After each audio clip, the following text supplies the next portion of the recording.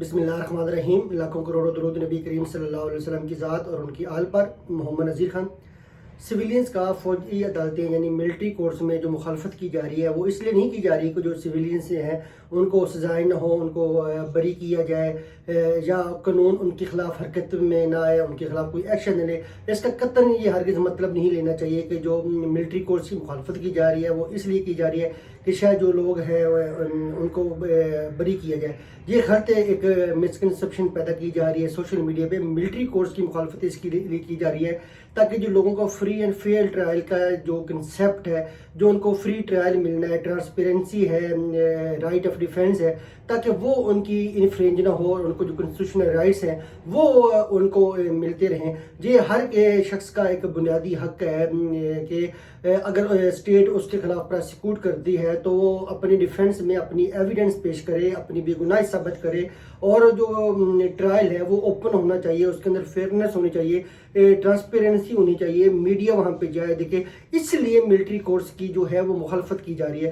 Second reason یہ ہوتی ہے کہ جو ہماری سویلینز عدالتیں ہوتی ہیں جہاں پہ جو کیس ثابت کرنا ہوتا ہے وہ پراسیکیوشن ہی کرنا ہوتا ہے، اور پراسیکیوشن نے جو ہے بیہائنڈ دا ڈاؤٹ کہ اس میں شک کی رتی بھر بھی گنجائش نہ ہو، اس حد تک جو ایک پرنسپل ہے کہ پیمانہ سیٹ کیے ہوئے ہے ہماری سویلینز نے فوجداری کیسز میں کہ جو پراسیکیوشن ہوتی ہے اس نے اپنا کیس ثابت کرنا ہوتا ہے، اور اس میں شک کی کسی قسم کی بھی رتی بھر برابر چانس نہیں، تب جا کے جو ملزم ہے اس کو سزا ہوتی ہے۔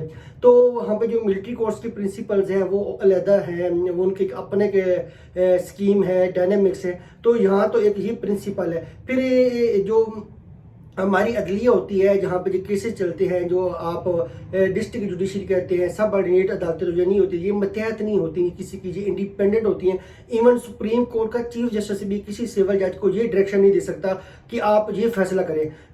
تو یہاں پہ انڈیپینڈنس ہوتی ہے، جو جوڈیشل آفیسر ہوتا ہے وہ کسی کے متحد نہیں ہوتا، انڈیپینڈنٹ ہوتا ہے، انڈیپینڈنٹ مائنڈ اپنے اس نے اپلائی کرنا ہوتا ہے۔ اس لیے جو سویلینز عدالتیں ہیں یہ پوری دنیا میں رائج ہے۔ وہاں پہ آپ دیکھیں ہماری جو عدالتیں ہیں جہاں پہ کسی کی مجال نہیں، چیف جسٹس تو چھوڑیں، ایون وزیر اعظم ہو گیا، وزیر اعلیٰ ہو گیا، یہ بھی مجال نہیں ہے کہ کسی سول جج کو یہ ڈائریکشن دے دیں کہ آپ اس کیس میں یہ فیصلہ کریں۔ تو یہ ان کی انڈیپینڈنس ہوتی ہے، جو دونوں پارٹیز اس کے اوپر مطمئن رہتی ہے، کیونکہ یہ کوئی ڈسپلنری ادارہ تو ہوتا نہیں ہے عدلیہ جو ہے، تو یہ اس نے اپنی انڈیپینڈنس برقرار رکھنی ہوتی ہے۔ اس لیے دونوں فریق جو ہوتے ہیں اس پہ متفق ہوتے ہیں۔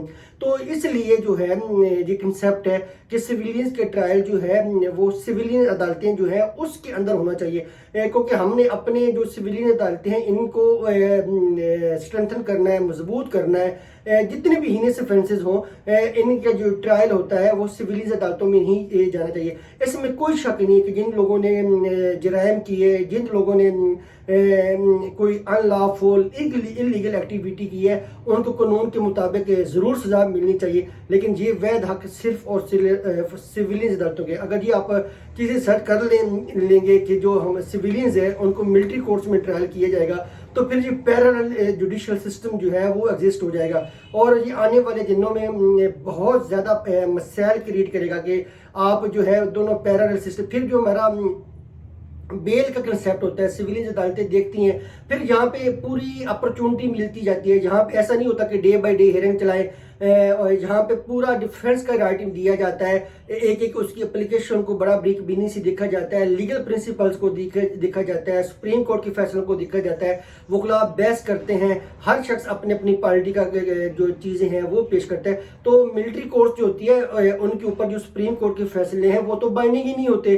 ان کا تو اپنا ایک انڈیپینڈنٹ نظام ہے، نہ ہی وہ سپریم کورٹ کے متحد ہوتی ہیں، نہ انہوں نے سپریم کورٹ کو فالو کرنا ہوتا ہے۔ اس لیے جو چیزیں ہیں اس لیے ملٹری کورٹس کی مخالفت کی جاتی ہے، تاکہ جو چیزیں ہوتی ہیں انہوں نے اس کو آپ نے اپنی میکنزم میں دیکھنا ہے۔ جو سپریم کورٹ کا پریسیڈنٹ ہوتا ہے وہ صرف اور صرف سویلینز عدالتوں میں اپلیکیبل ہوتا ہے، وکلاء نے بحث کرنی ہوتی ہے، وہ نظائر پیش کرنے ہوتے ہیں، یہ فلاں کیس میں یہ فیصلہ ہوا ہوتا ہے، یہ میری پارٹی کو فیور دیتا ہے۔ تو یہاں پہ ایک ایک چیز کو بڑا بریک بینی سے دیکھا جاتا ہے۔ تو اس میں کوئی شک نہیں ہے کہ جس نے بھی کوئی جرم کیا ہے، گناہ کیا ہے، اس کو ضرور سزا دیں، لیکن اس کا وید جو چیز ہونی چاہیے وہ سویلینز کورٹس کے اندر ہوں تاکہ ہر شخص کا جو بنیادی حقوق ہے اس کو تحفظ کیا جا سکے، ہر شخص کو فیئر اپرچونٹی ملے. تو یہ ہیں یہ چیزیں جس کی وجہ سے ملٹری کورٹس کی مخالفت کی جاتی ہے. ادروائز جو ہے اس کا کوئی قطعی مطلب یہ نہیں ہوتا کہ وہ ان اشخاص کو بری کیا جائے یا ان کو پراسیکیوٹ نہ کیا جائے یا ان کے خلاف قانون ایکشن میں نہ آئے.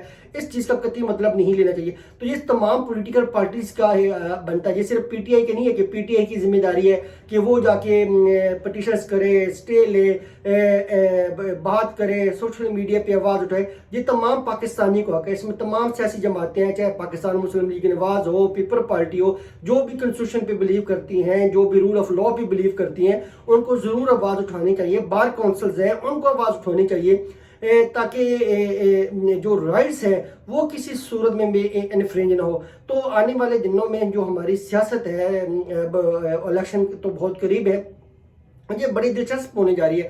مسائل اس میں یہ ہیں کہ نواز شریف اپنے آپ کو ہر صورت میں وزیر اعظم بنانا چاہتے ہیں. اور اگر انڈیپینڈنٹ دیکھا جائے تو اگر کوئی شخص نواز شریف سے اس کی اوپینین لے، اس سے اس کا سروے لے، تو ہو سکتا ہے نواز شریف خود اپنے آپ کو بھی ووٹ نہ دے، اپنے آپ کو بھی اس ووٹ کا اہل نہ سمجھے.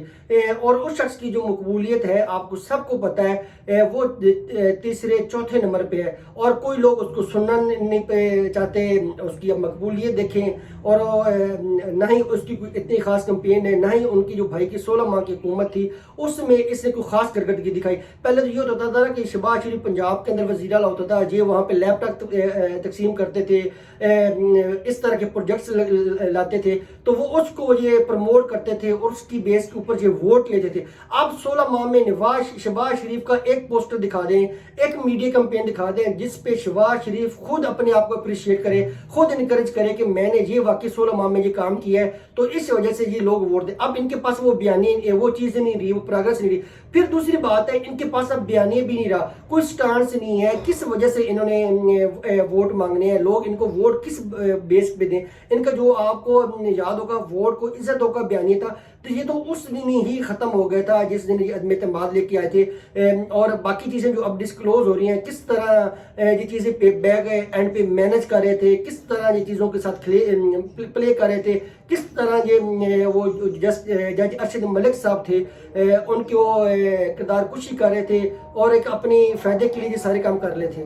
تو پاکستان زندہ باد، پاک فوج زندہ باد.